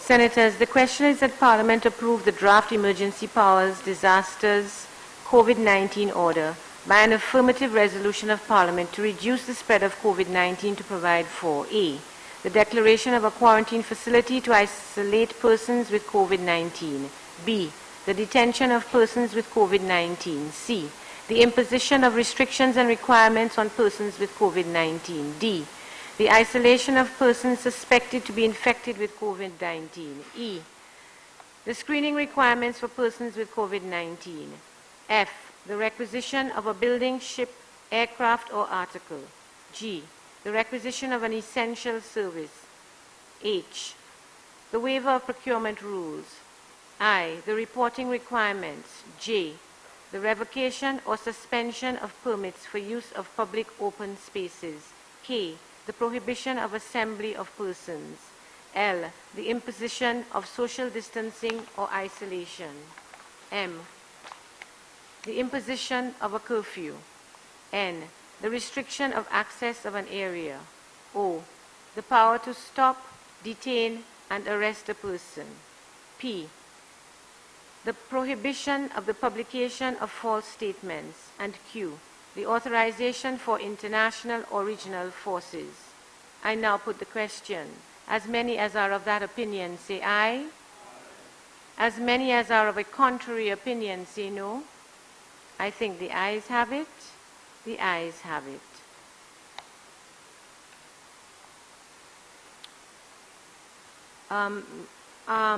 I need to make a correction to the announcements this morning, and that is that Senator Ferdinand is not well. It is not that he is not on island, he is not well.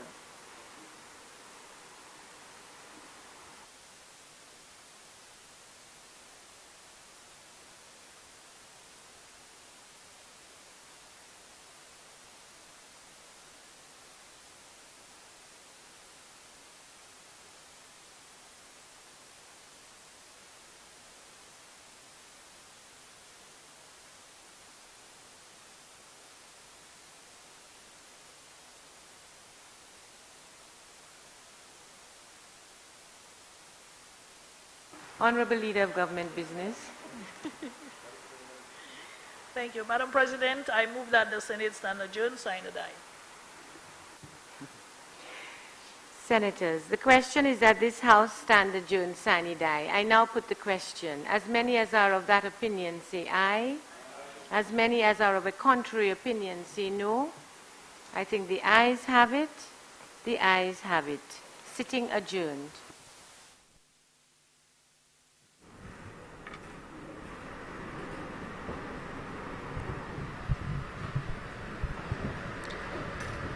And we've just had the sitting of the Senate, bringing an end there primus to a very full day in the Saint Lucia House of Assembly, where earlier this morning we had the Parliament meeting to give effect to the state of emergency decree proclamation by the Governor General, and now the Senate, the upper house, has given its approval to that order.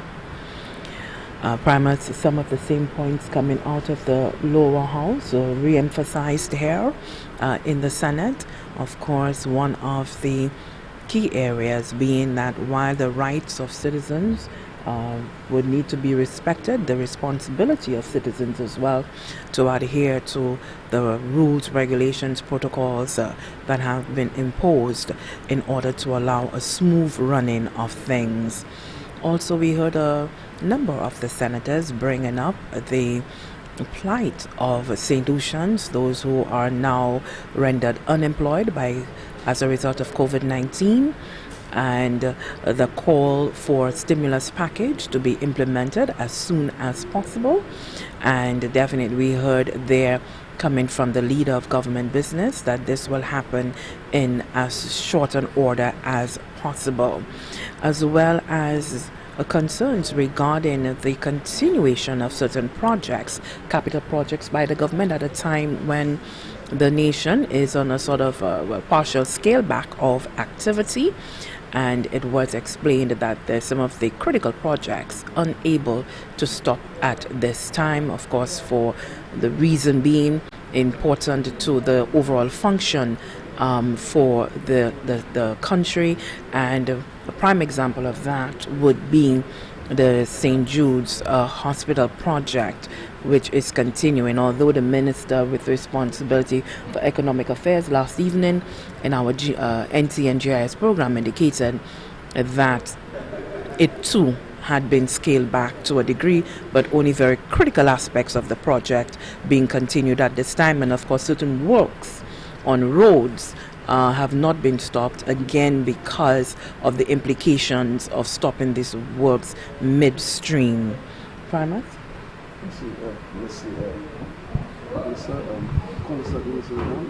Session aujourd'hui, c'était une spéciale côté mon parlement qui consiste le même parlement venir ensemble et aussi après ça même Sénat pour approuver législation pour implémenter diverses règles et lois pour adresser la maladie COVID-19 et toutes ces diverses ça qui nous fait monde qui dit pour rester à part les autres monde c'était loi pour les pays à fermer et depuis 11 heures pour 5 heures du matin pour empêcher bateau avec l'autre bateau avion pour garder pour monde qui a tué un pays à faire qui pas légal.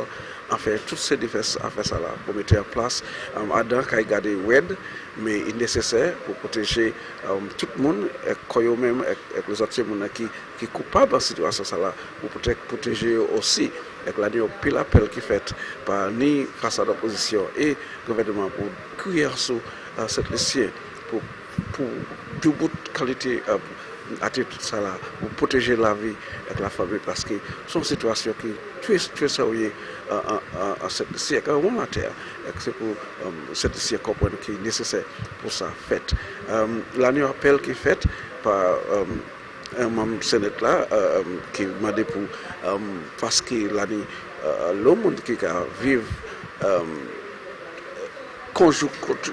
chaque jour par jour il besoin faire un petit caca pour décorer et tout ça de bout à présent alors il a commandé le gouvernement pour implémenter en situation qui est soulagée, stimulus package, qui est en anglais, pour ça aider ces gens avec chef affaires gouvernement Sénat là, honorable Mary Isaac Chabaïk, assurance là qui ça a fait plus vite que possible. Moi aussi sénateur Mohamed Francis qui est responsable pour la sécurité nationale de ces police là qui doit là qui a mis la vie au risque si un cas rien fait côté yo perdre la vie ben yo trouver quoi l'hôpital si yo perdre la vie la famille ça $400,000 et si l'hôpital $200,000 pour aider situation yo et aussi l'année rapport content côté le sénateur Isaac dit il faut continuer à faire ce travail à l'hôpital Saint-Jude puisque il est nécessaire en temps ça là et aussi un hôtel pays pour enfin aider les gens qui continuent la vie économique là la vie pour travailler.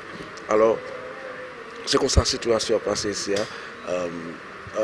quand consiste comme nous bénéfices publics on entend que nous plus nous continuer par information à ce programme NTN que nous avons ça ça tous les jours face au public bon matin à midi et après-midi ça va continuer en semaine en même façon. Lisa? Thank you so much, Prime Minister, for that. And as one has indicated, we will be with to COVID-19 with continuing coverage. Lisa Joseph alongside Prime Minister Hutchinson on behalf of the entire team here at the National Television Network Government Information Service. See you next time.